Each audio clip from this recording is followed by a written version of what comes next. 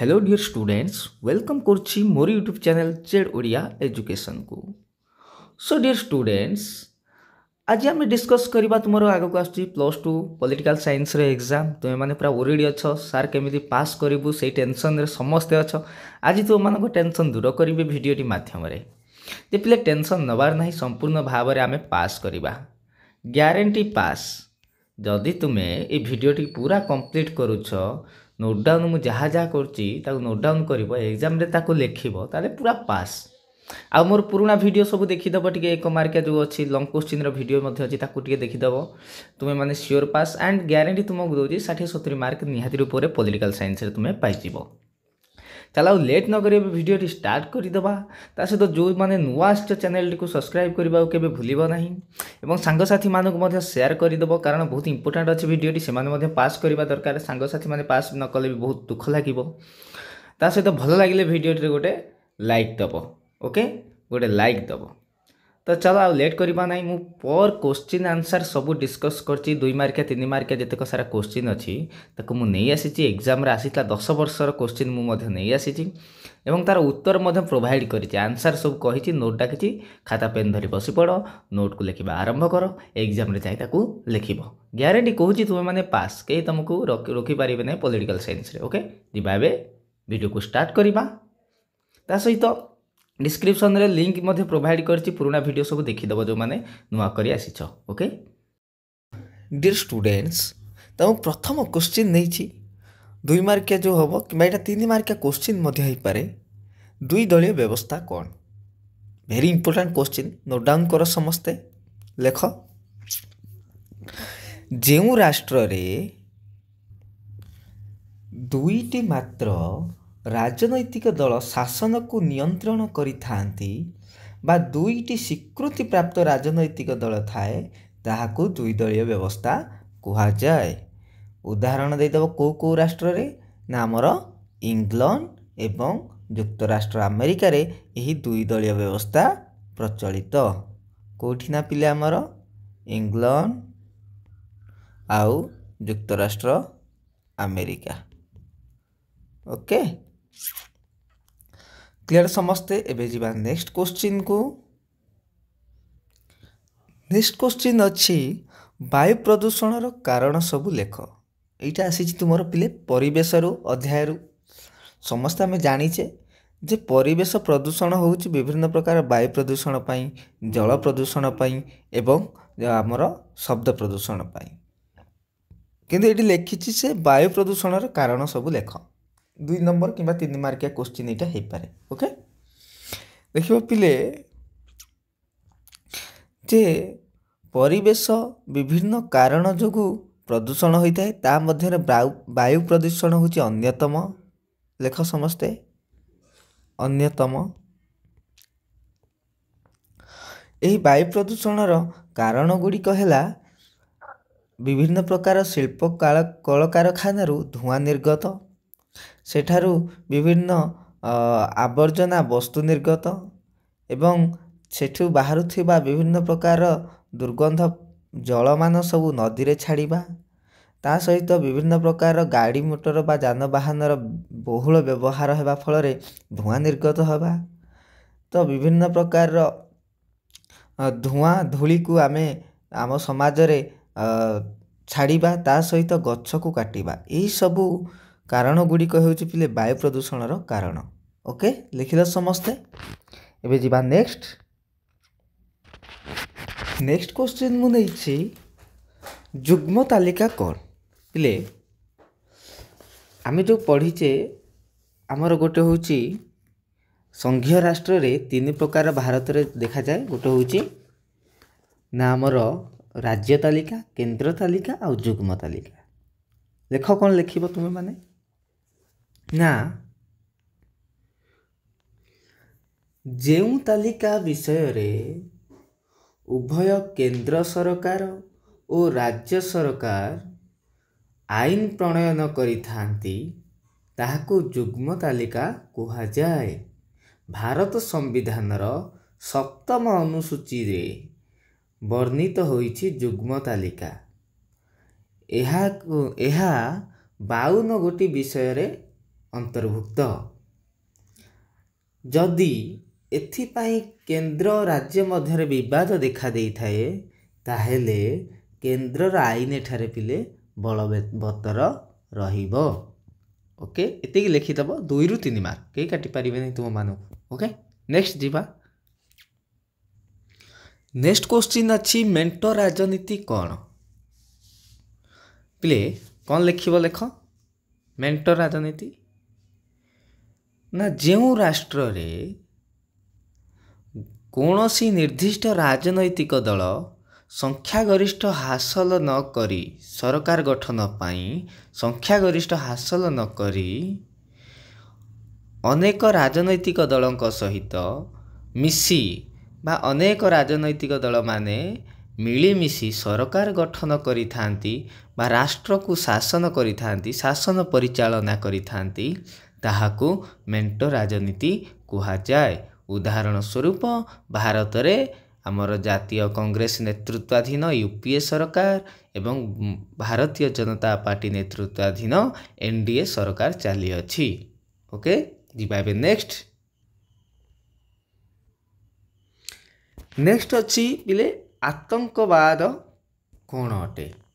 आतंकवाद very important question एटा बारंबार exam रे रिपीट हुए तो जो माने नुआ करी आसीछ मोर चैनल टी को फर्स्ट टाइम पे विजिट करिछ से माने सब्सक्राइब कर दियो एवं सांग साथी मान को शेयर कर दियो। वेरी इंपोर्टेंट आ मात्र अल्प दिन रहिला एग्जाम 2 रु 3 दिन रही +2 एग्जाम तुम पॉलिटिकल साइंस केमिति इजी रे हमें पास करिबा से रिलेटेड वीडियो मध्य पिले तुम डिस्क्रिप्शन रे मु लिंक दे देछि देखि दबो ताई प्रीवियस वीडियो गुडा सब केवल वीडियो देख मोर क्लास रो आराम से पास करि जिवो किछि टेंशन नबार नहीं। ओके टेंशन बोली 1% नियो ना पास करिवो सब वीडियो को फॉलो करो एवं कंपलसरी तुमरो जो आशा रही पास मार्क तो मिलिबो जेटे भल से देखिबो वीडियो को भल से टिके नोट कर रखिबो 70 ରୁ 80 मार्क से गेन कर दबो। ओके पूरा एग्जाम रिलेटेड क्वेश्चन सबू अच्छी मोर पूरा सिलेक्टेड क्वेश्चन। ओके ता सहित सांग साथी मान को शेयर करने को भूलिबो नहीं भल लगिले वीडियो रे गोटे लाइक दबो।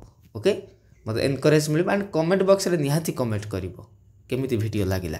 परवर्ती क्वेश्चन अछि आतंकवाद कौन अटे बा काहा को कहा जाए लेख समस्ते नोट डाउन कर ना लिखिब जेते बेले गोटिए गोष्ठी तार अभिलाष को पूरण करिबा पाई हिंसात्मक पंथा यथा हत्या अपहरण बोमा विस्फोरण आदि को ग्रहण करि थाए ताहाकू आतंकवाद कुहा जाए।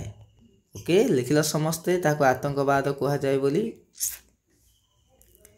इटा भी तुमरो 2 मार्क के हबो।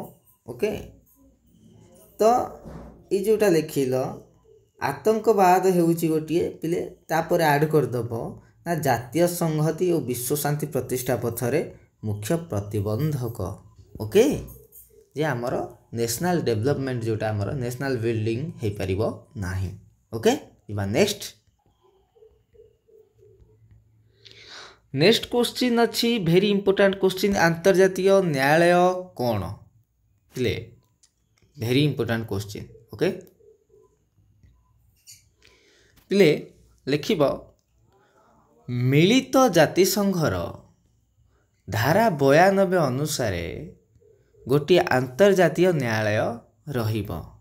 ओके जो 15 जन विचारपति रहिबे समग्र विश्व रे यह शांति प्रतिष्ठा दिगरे कार्य करिबो एवं समस्त राष्ट्र मानकू उचित राष्ट्र मध्य विवाद सृष्टि हेले यह उचित न्याय प्रदान करिबा पाई प्रतिष्ठा करा जाई अछि।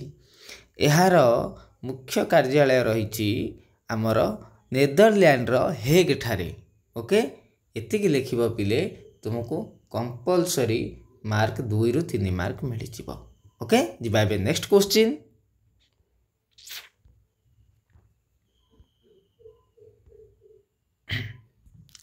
नेक्स्ट अच्छी मिलित जातिसंघर सुरक्षा परिषद सिक्योरिटी काउंसिल जोटा आमर अच्छी पिले लिखिब मिलित जातिसंघ 1945 मसीह द्वितीय विश्वयुद्ध पर प्रतिष्ठा करा जाइथिला एवं विश्व शांति प्रतिष्ठा निमित्त यही मिलित जातिसंघ को प्रतिष्ठा करा जाइतला। सिथिपाई यार गोटे सुरक्षा परिषद अच्छी जो 15टी राष्ट्र मेंबर राष्ट्र बा सभ्य राष्ट्र से 5 गोटी होउछंती स्थायी सदस्य और 10 गोटी होउछंती अस्थायी सदस्य। 5 गोटी सदस्य राष्ट्र होउछंती स्थायी सदस्य राष्ट्र गुड़िक होउछंती चीन, युक्तराष्ट्र अमेरिका, रशिया, फ्रांस और ब्रिटेन। ओके, एवं अन्य जो 10 गोटी अस्थायी सदस्य राष्ट्र से माने प्रत्येक 2 वर्ष रे थरे परिवर्तन होइथांती। इले एतिक लेखिबो तमरो 2 मार्क मिलिबो। ओके, 2 रु 3 मार्क। नेक्स्ट क्वेश्चन देखिबा।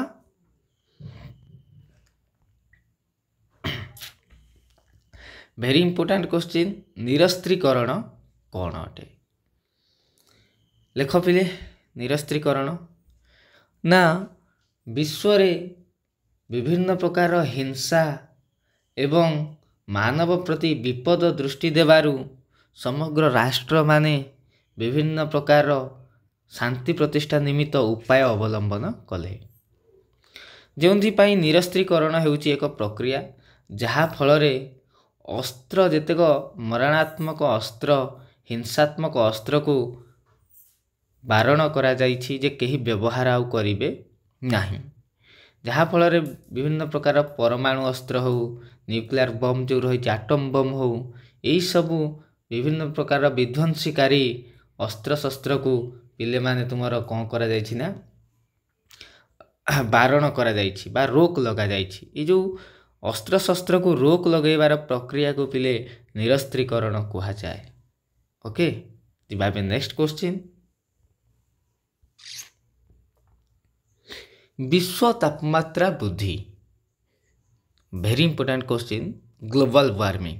लेख कौन लिखिब तुम माने परीक्षा रे निहाती भाव रे क्वेश्चन भी आसी पारे ना। लेख विश्व रे वर्तमान तापमात्रा वृद्धि घटिबारे लागिछि।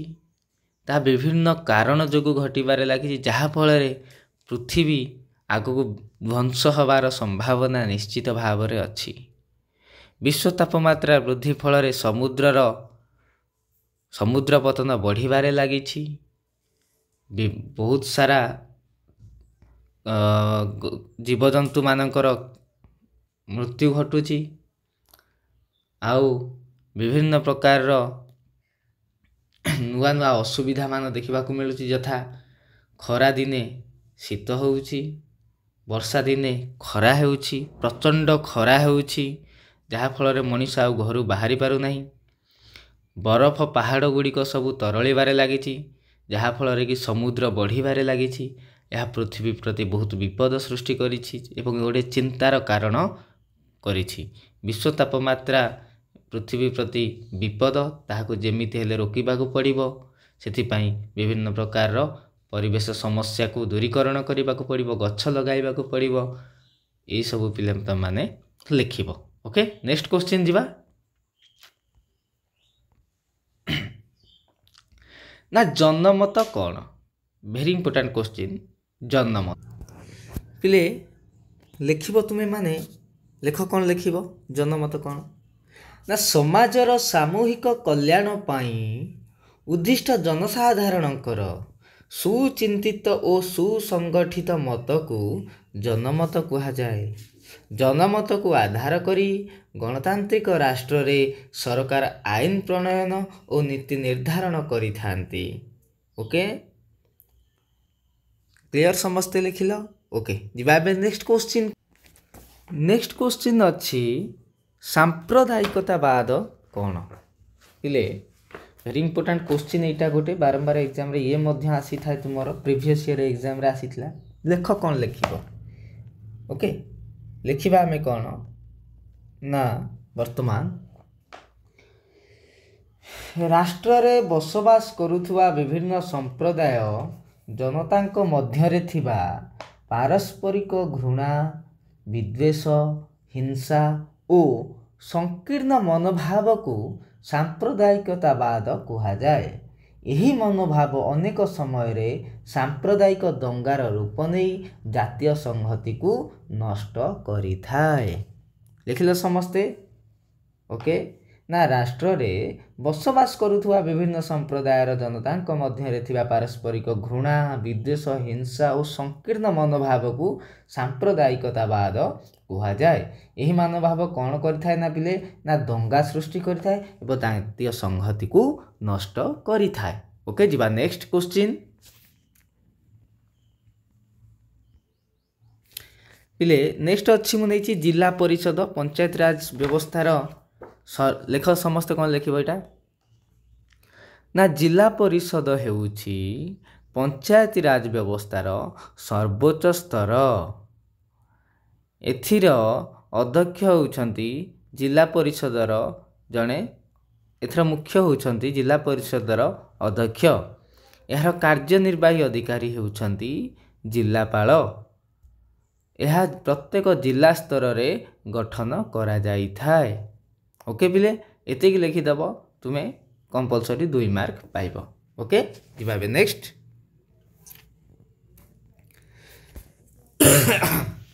ନେକ୍ସଟ ନେଇଛି ପିଲେ ଆଞ୍ଚଳିକ ରାଜନୈତିକ ଦଳ।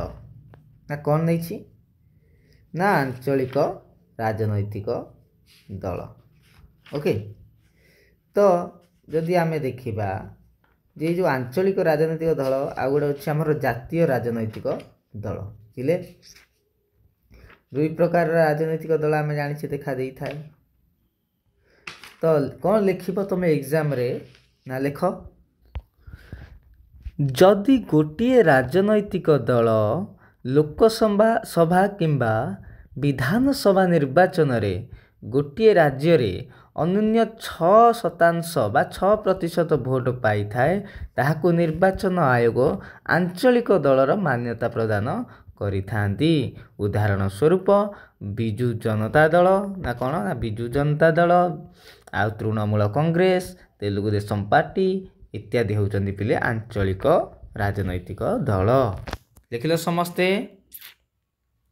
ନା ଯଦି ଗୋଟିଏ ରାଜନୈତିକ ଦଳ ଲୋକସଭା କିମ୍ବା ବିଧାନସଭା ନିର୍ବାଚନରେ ଗୋଟିଏ ରାଜ୍ୟରେ ଗୋଟିଏ ରାଜ୍ୟରେ ଅନ୍ୟୁନ 6% ଭୋଟ ପାଇଥାଏ, ତାହାକୁ ନିର୍ବାଚନ ଆୟୋଗ ଆଞ୍ଚଳିକ ଦଳର ମାନ୍ୟତା ପ୍ରଦାନ କରିଥାନ୍ତି। ନେକ୍ସଟ କ୍ୱେଶ୍ଚିନ୍ ଯିବା। ପିଲେ ନେକ୍ସଟ ଦେଇଛି ଲିଙ୍ଗଗତ ବୈଷମ୍ୟ, ଭେରି ଇମ୍ପୋର୍ଟାଣ୍ଟ।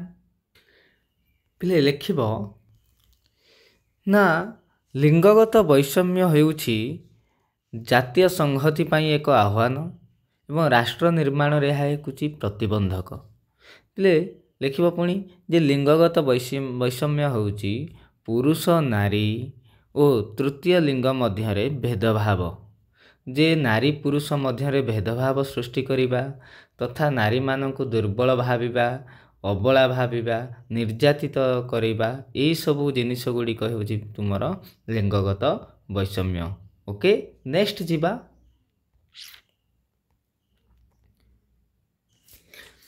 ପିଲେ ଏତିକ ଥିଲା ତୁମର 2 ମାର୍କିଆ ଏବଂ 3 ମାର୍କିଆର କିଛି ଇମ୍ପୋର୍ଟାଣ୍ଟ କ୍ୱେଶ୍ଚିନ୍। ନିଶ୍ଚିତ ଭାବରେ ଏହା ମଧ୍ୟରୁ ତୁମର ଏକ୍ଜାମରେ କ୍ୱେଶ୍ଚିନ୍ ଆସିବ, ଏକ୍ଜାମ ରିଲେଟେଡ଼ ପୁରା ଏକ୍ଜାମ ସିଲେକ୍ଟେଡ଼ କ୍ୱେଶ୍ଚିନ୍।